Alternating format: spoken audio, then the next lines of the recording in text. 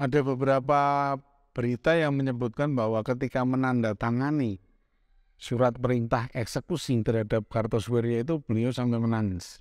Ya, ibarat dalam dunia pewayangan.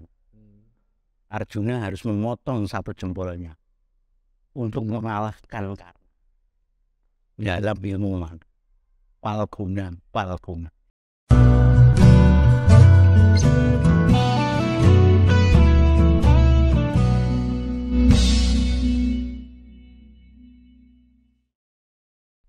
Salam Indonesia, salam yang indah-indah buat Anda semua. Ketemu lagi sama saya, Arya Kresna Maheswara. Kita malam ini mau ngomongin episode ketiga tentang persahabatan dalam politik. Kita tadi sudah membahas tentang musuh, kemudian peran teman-teman dari golongan kiri, dari komunisme terhadap berdirinya negara Republik Indonesia. Nah, ini kita mau ngobrolin lagi teman kos-kosan Soekarno yang satu lagi yang namanya Sekar Madji Marijan Kartosoewirjo. Bersama saya ada Mas Dumadi Tri Restianto, salah satu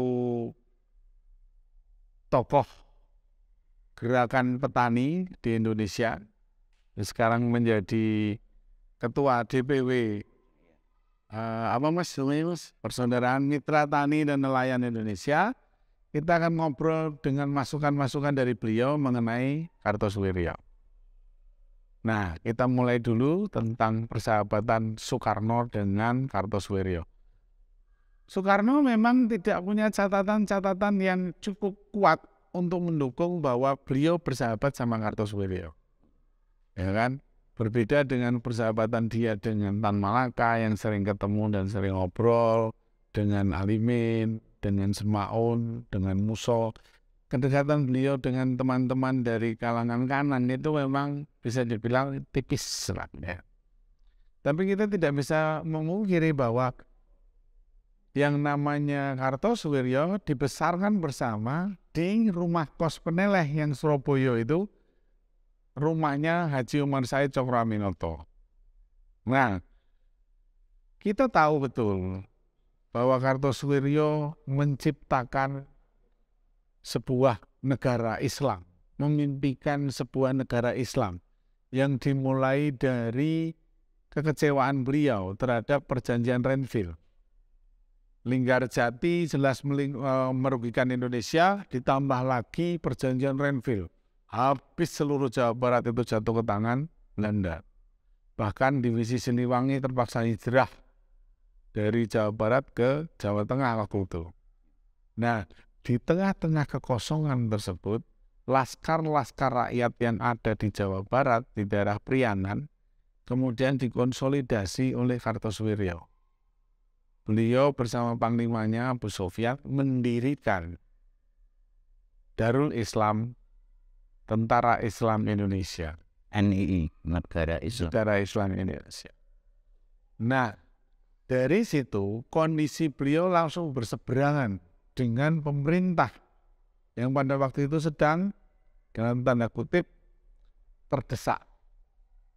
Tahun 1948 kita tahu terjadi provokasi Madiun, pasukan-pasukan dari divisi Ronggolawe pada waktu itu bergabung dengan divisi-divisi Laskar Rakyat memberontak terhadap keputusan maklumat nomor X ya. Maklumat X tentang Parpol, Tentara Rakyat Indonesia menjadi Tentara Nasional Indonesia yang dilakukan oleh pemerintahan Hatta, dibuat oleh Kabinet Hatta ya. Kabinet Hatta pada waktu itu. Keluar maklumat nomor X, jenderal-jenderal Laskar yang mungkin teman-teman pernah nonton film Naga Bonar. Nah, itu pencerminan yang paling nyata tentang Laskar Rakyat, di mana seseorang bisa menjadi jenderal walaupun dia seorang dalam tanda kutip orang dari dunia hitam gitu ya. Karena dia mempunyai laskar sekian ratus, sekian ribu orang, maka dia menganggap dirinya sebagai jenderal.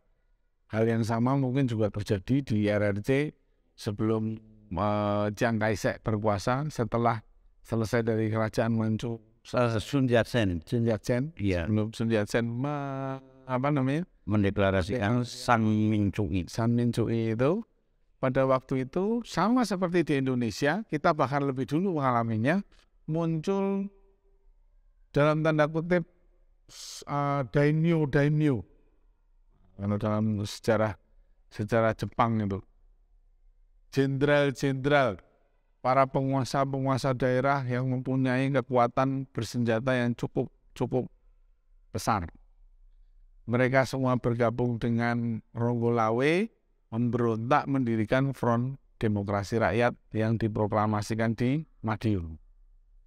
Negara dalam keadaan seperti itu, pemberontakan PKI Madiun bisa diselesaikan, terpaksa harus menghadapi NII DITI itu. Kalau sepengetahuan Mas Jumadi, apa yang bisa Mas Jumadi tangkap tentang hubungan antara Kartosuwiryo dengan Soekarno? Dari sudut ideologis. Betul. Konsepsinya antara Kartosuwiryo punya konsep bernegara dan Bung Karno punya konsep bernegara yang berbeda. Itu wajar. Dalam tulisan sejarah pemberontakan. Indonesia bukan pemberontakan. Waktu itu sudah ada perdebatan antara mereka tentang konsep negara. Bung Karno menjelaskan, panjang kayak saya jenengan. Wis lagi negaranya apa? Kono ngomong Amarto, saya bilang Mas Tino. Kamu Amarto, saya Sin. Artinya gini, Indonesia itu mau apa? Kalau nggak salah itu 1 atau 2 bulan. Hanya konfirmasi itu ke Bung Karno. Iso bersatu nggak? Ternyata nggak bisa bersatu. Bung Karno hanya bilang, konfirm to konfirm. Saya konfrontasi ya. Wah, berantem aja loh. Gilalah Kartosuwiryo kalah. Tapi kalau pasukan nasional Indonesia yang kalah, beda cerita, beda buku. Penilaian saya seperti itu. Jadi sudah ideologi. Jadi saya tidak memandang segi kekuasaan. Pilihan rakyat Indonesia ya Negara Kesatuan Republik Indonesia itu. Itulah maka dinyatakan bahwa negara nasional Indonesia, Darul Islam atau tentaranya harus dibubarkan. Dan bahkan Kartosuwiryo kan dukungan Pil Pahit yang harus pertama kali Bung Karno itu memutuskan hukuman Kartosuwiryo. Ada beberapa berita yang menyebutkan bahwa ketika menandatangani surat perintah eksekusi terhadap Kartosuwiryo itu beliau sampai menangis. Ya, ibarat dalam dunia pewayangan. Arjuna harus memotong 1 jempolnya untuk mengalahkan Karna. Dalam ilmu Palguna. Oh, iya. Itu cerita pewayangan. Seorang pemimpin harus berani. Seorang pemimpin tidak menjadi orang yang bersih suci, yang satria. Beda dengan Brahmana. Dosen, saya cerita kebenaran. Politisi, saya bicara menang. Saya politisi, saya murid, saya sing tarum, umaroh imam.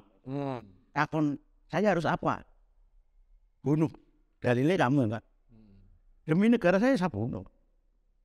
Masa saya harus melawan musuh dari luar penjajah, terus saya tanya, boleh nggak bunuh musuh? Boleh, ya mangkat. Saya nggak perlu menjelaskan yang detail-detail. Itu ada ahlinya khusus. Jadi sebenarnya ketika menghadapi satu konflik kepentingan, di mana kepentingan orang banyak itu jauh lebih tinggi, ya kan, dibandingkan persahabatan pribadi antara Kartosuwiryo dengan Soekarno. Iya. Soekarno jauh lebih memilih untuk konfrontasi gitu ya. Ya karena nggak bisa selesai, Pak. Harus dengan cara itu. Kalau kita mahasiswa beda pendapat, BM, usaha ketemu, ya wis lanang dolan gelut.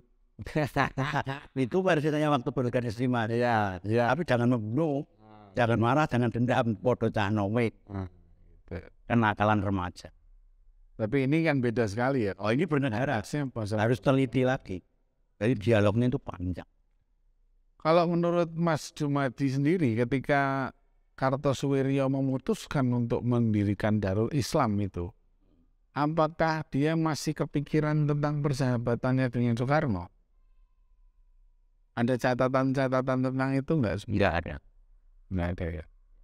Cuma cita-cita untuk merdeka itu dulu mereka punya sama-sama bercita-cita. Itu menarik satu thing. Satu induk yang sama. Jadi keinginan untuk merdeka menyatukan 3 sub tadi yang kita tadi sudah di episode sebelumnya kita sudah ngomong nasakom itu, nasionalis, agama, dan komunis. Tapi ketika kita ngomongin tentang setelah ini mau apa, baru kita berantem gitu ya. Ya konsekuensi dari sebuah kepentingan. Kepentingan negara di atas kepentingan pribadi dan kepentingan negara. Oke.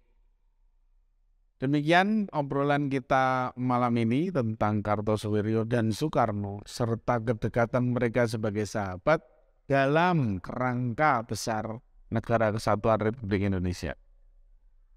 Terima kasih, Anda tetap pantengin terus Jas Merah Channel. Ketemu lagi di kesempatan yang lain. Salam Indonesia, indah untuk Anda semua. Ciao.